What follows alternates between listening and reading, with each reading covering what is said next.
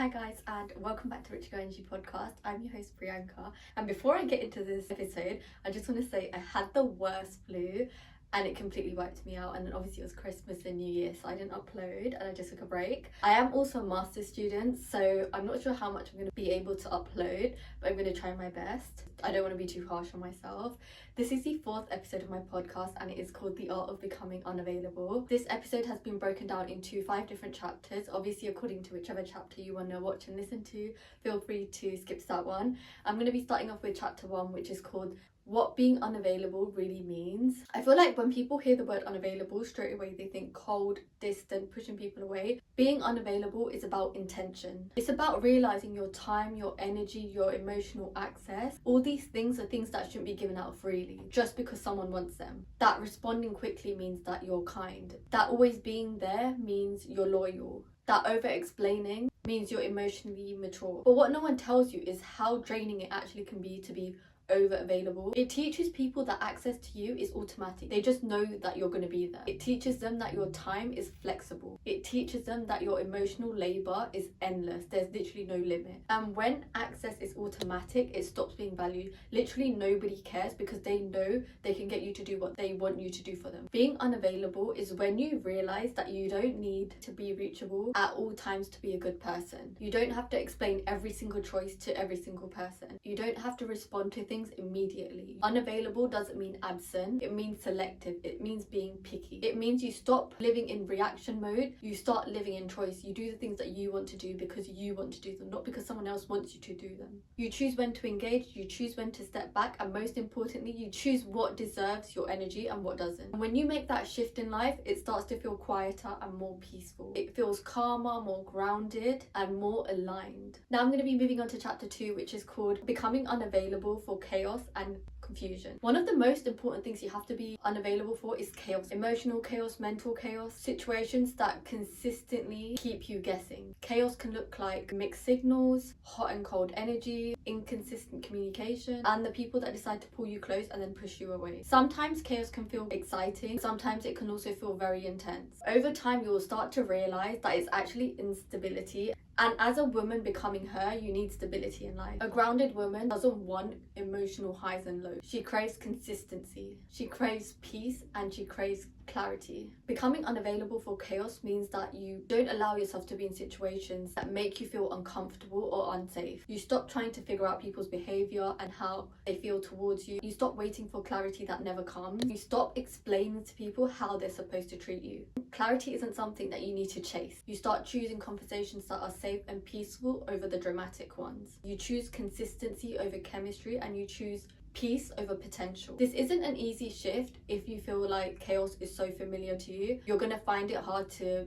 be at a place of peace. The longer you stay unavailable to confusion, the more your nervous system will relax. You stop feeling on edge, you stop feeling unsafe, you stop overthinking every single interaction in your head, and you stop replaying conversations in your head. And that's when you start to realize how much energy and time you were spending trying to stabilize things that were never meant to be stable. You could have poured that time and energy into something more productive and something more better. I'm going to be moving on to chapter 3, which is called Becoming Unavailable for Low Standards and Low Effort. Becoming unavailable is deeply rooted to self-respect, how you treat yourself and how you allow other people to treat you. When your standards raise internally, your availability changes externally. You stop being accessible to bare minimum effort and to inconsistent presence, to words that aren't backed by action. I always say actions speak louder than words.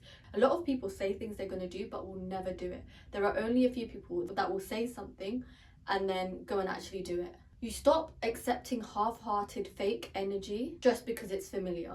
This is where a lot of people can actually struggle because they confuse standard with control. Standards are not there to control or change other people. They're actually there for you. You get to choose what you want in your life and what you don't want in your life. Becoming unavailable for low effort doesn't mean that you want perfection. It means that you're no longer negotiating your worth because you know yourself and you know what you deserve in your life. You stop overgiving, you stop chasing to be chosen, and you stop tolerating behavior that doesn't align with who you are. The most important thing about this is that you're not announcing this shift to other people. Other people will feel this because of your energy. You don't argue, you don't scream, you don't try to convince anyone. You just simply withdraw your energy, that's all you do, and people will feel it. Which is why I think that energy withdrawal has such a bigger impact than confrontation. Now I'm going to be moving on to chapter 4, which is called Becoming Unavailable for Your Own Old Habit. I think this is so important because if you are still being the person that you were a few years ago and you haven't moved forward, you're never going to become the best version of yourself. You can't become unavailable to the world if you're still available to your old habit, your old reactions, your old coping mechanisms. These old habits will keep you stuck. Becoming unavailable means that you have to disappoint the version of yourself that wants comfort over growth.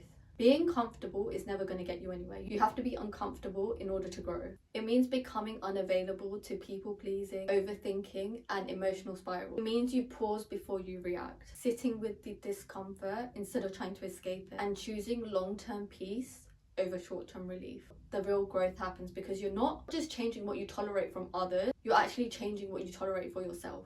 It starts within, it starts from yourself. That takes discipline, that takes self-trust, and that takes awareness. Every time you choose differently, you raise your internal standard. And slowly, your external life starts to match that. And now finally, I'm going to be moving on to chapter 5, which is called Becoming Unavailable for Anything Beneath Your Peace. Peace is passive and peace is protected. The way you become unavailable for anything beneath your peace is you stop entertaining anyone or anything disturbs your inner calm and your inner peace. It's a no. You stop arguing with people who misunderstand you. You stop forcing alignment. You stop chasing. You become very protective of your mental and emotional space. Not because you're scared, but because you have that self-respect. You know you don't belong there. Realize that peace isn't something you find after things have been resolved. It's actually something that you choose before things actually spiral and get worse. Once peace becomes your baseline, the most important thing to you, that's when everything else has to rise in order to meet you. Whether it be opportunities, people, conversations, your own behavior. This is the art of becoming unavailable. Not disappearing, not detaching from life, not pushing people away, but choosing yourself quietly, consistently, and unapologetically. Thank you guys for watching and listening to this video. I hope you guys enjoyed it, and I'll see you guys in my next episode. Mwah!